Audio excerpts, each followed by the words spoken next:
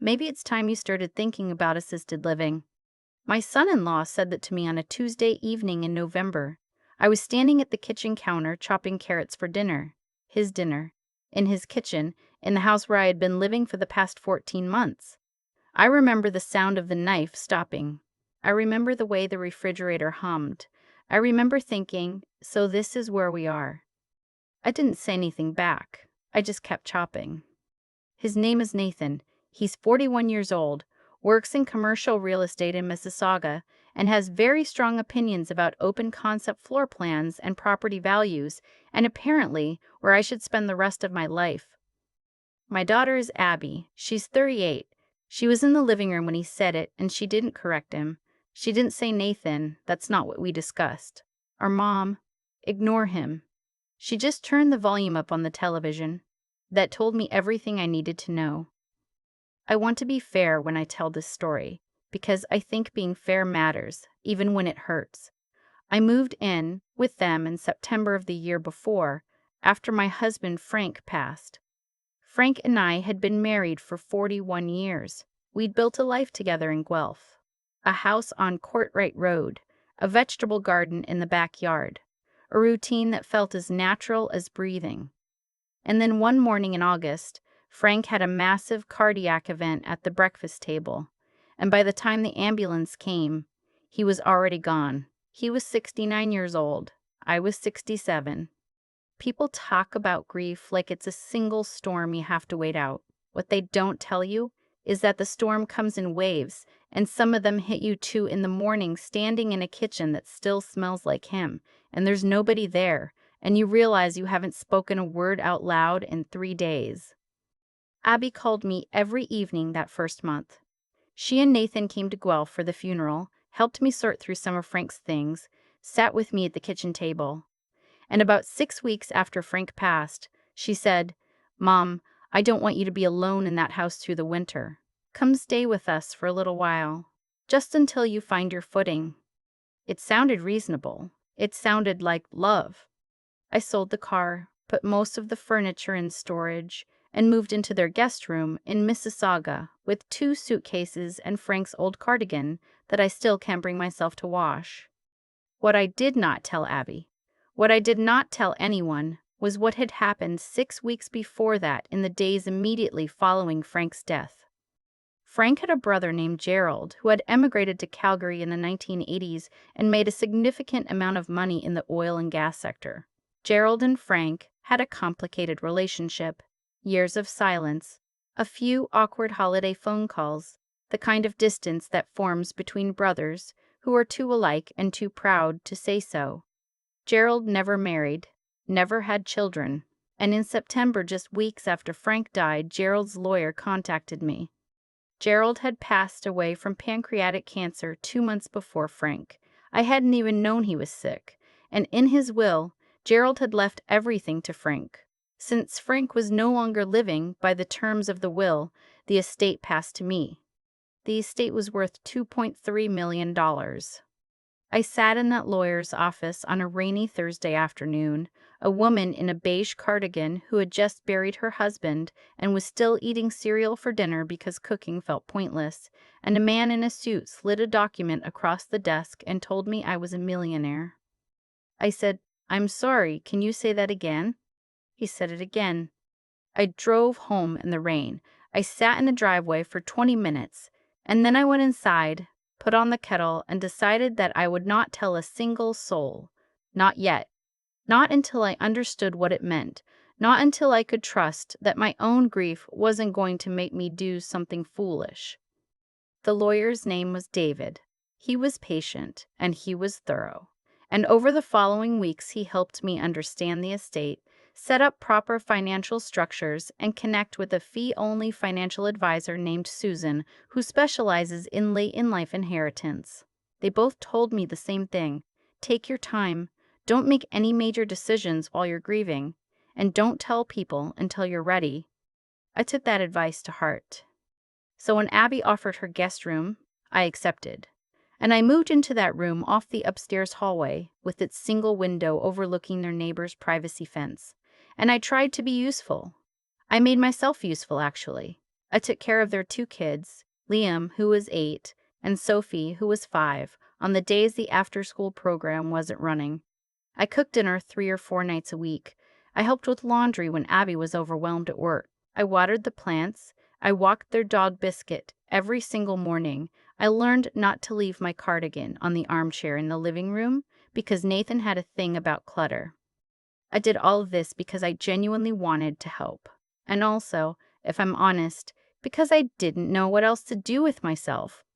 The first few months were fine. Abby and I had long talks at the kitchen table after Nathan went to bed. We went through old photos of her father.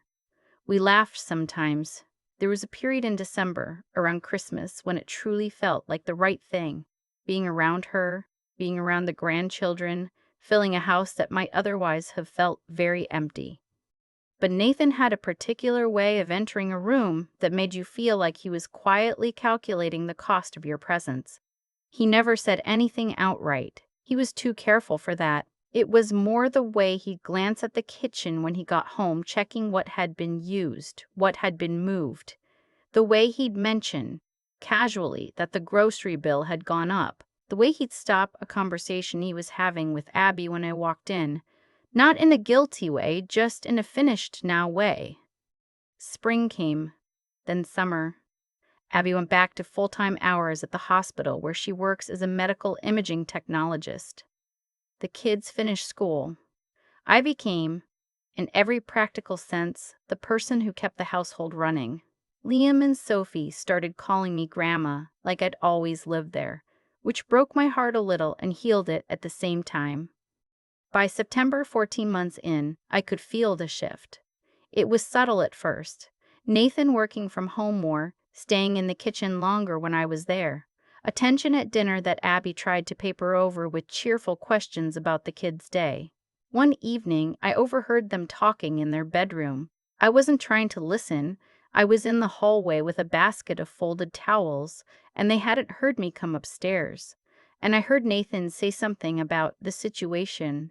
And it's been over a year, and she's not actually sick, Abby. I put the towels down outside their door and went to my room. And then came that Tuesday in November with the carrots. Mom, maybe it's time you started thinking about assisted living.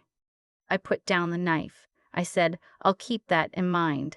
And then I served dinner and helped Sophie with her spelling homework and washed the dishes and went to bed and stared at the ceiling until about 2 in the morning. Here is the thing about having $2.3 million that nobody knows about. When someone suggests you belong in a care facility, you have the surreal experience of knowing with absolute certainty that you could buy the building. I did not sleep much that night, but by morning I had a plan. I had been working quietly with Susan and David for over a year by then. The estate had been properly settled, the money was sitting in well-managed accounts, and I had been researching, carefully, privately, what I actually wanted my life to look like. I had a binder in my suitcase, tucked under Frank's cardigan, with printed pages about condominium developments in different parts of Ontario. I'd been looking at places near water. I'd been looking at towns that had walking paths and a decent library and people who had chosen to be there. I'd been looking, if I'm honest, at places where nobody would ever ask me when I was leaving. That Wednesday morning, I drove to David's office. I told him what Nathan had said. He nodded in that measured way lawyers do. He asked me if I was ready to move forward. I told him I was. I had already identified a unit I liked, a 2-bedroom condominium on the 2nd floor of a newer development in Owen Sound, overlooking Georgian Bay. It had a balcony. It had a parking spot. It had a small room I intended to turn into a space for the grandchildren when they visited, with a little desk and a proper bed and a window that looked out toward the water. The purchase was completed in less than 3 weeks, cash. I did not tell Abby what I was doing.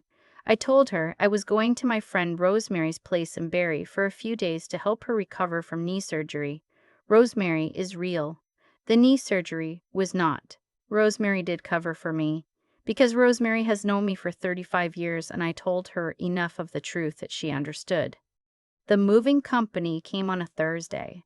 I had arranged for most of Frank's stored furniture to be brought to the new place: our dining table, the wingback chairs he loved, the bookshelf we'd bought at an estate sale in Hamilton in 1998. My things from Abby's guest room fit in a single van load. I thanked the movers. I tipped them generously. I stood in the middle of a living room full of boxes and looked out at the gray water of the bay and felt something I had not felt in a long time. I felt like myself.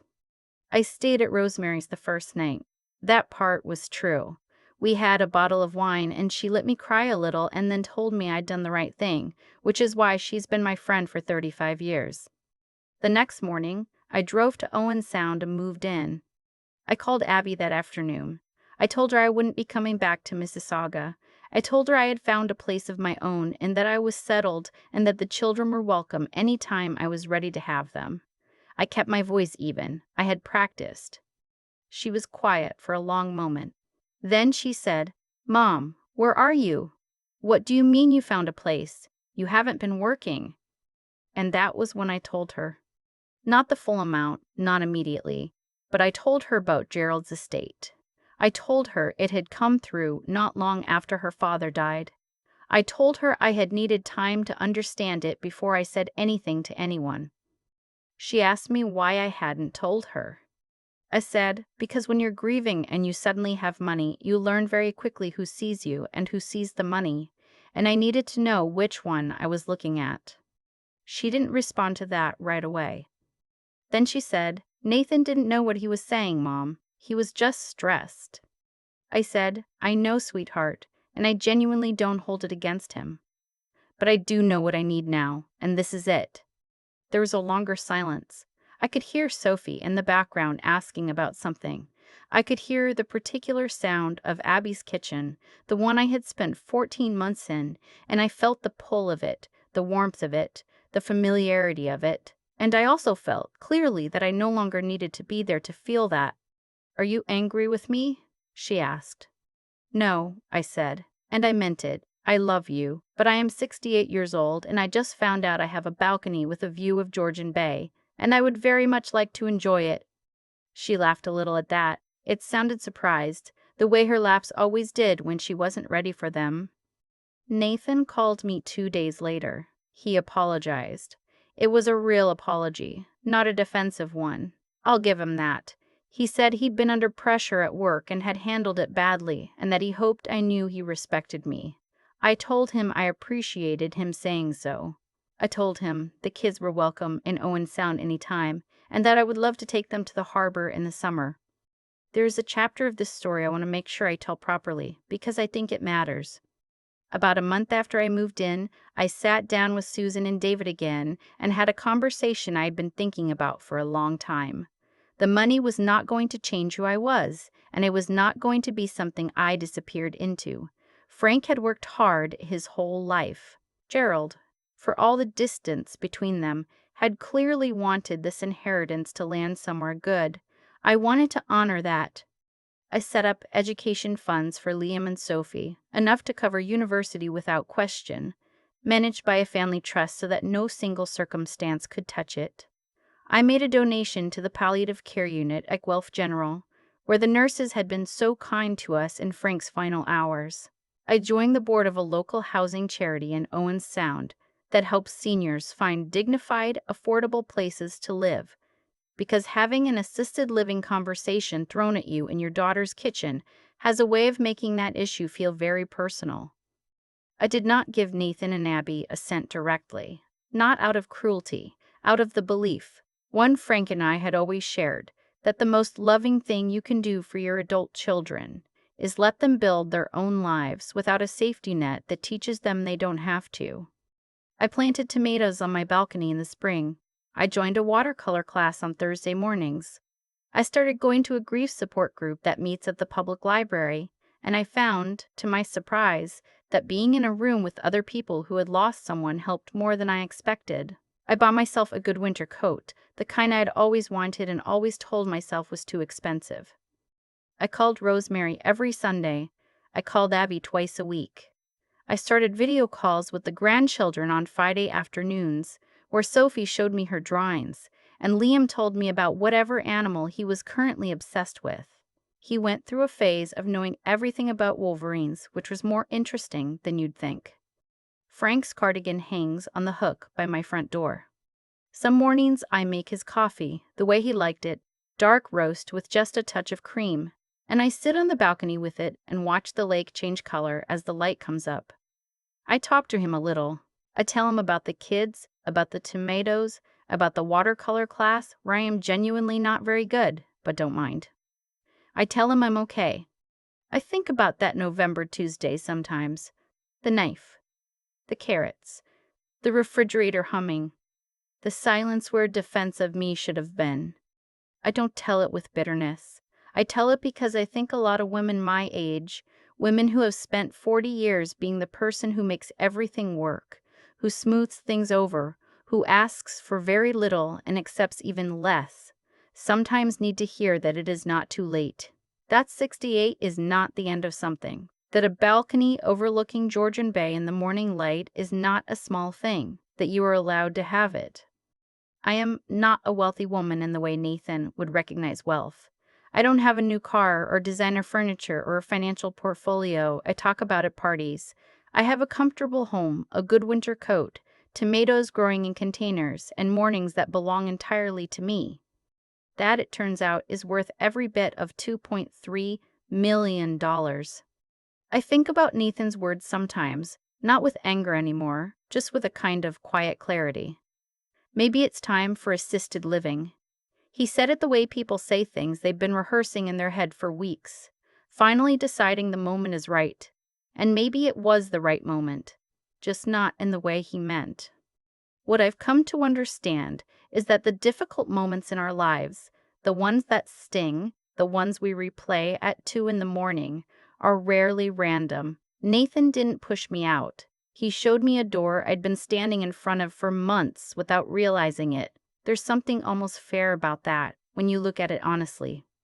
I kept the inheritance a secret, not because I was calculating or cold, but because I'd learned something important over 68 years. Making a major decision while you're still in the middle of grief is like trying to read a map in a rainstorm.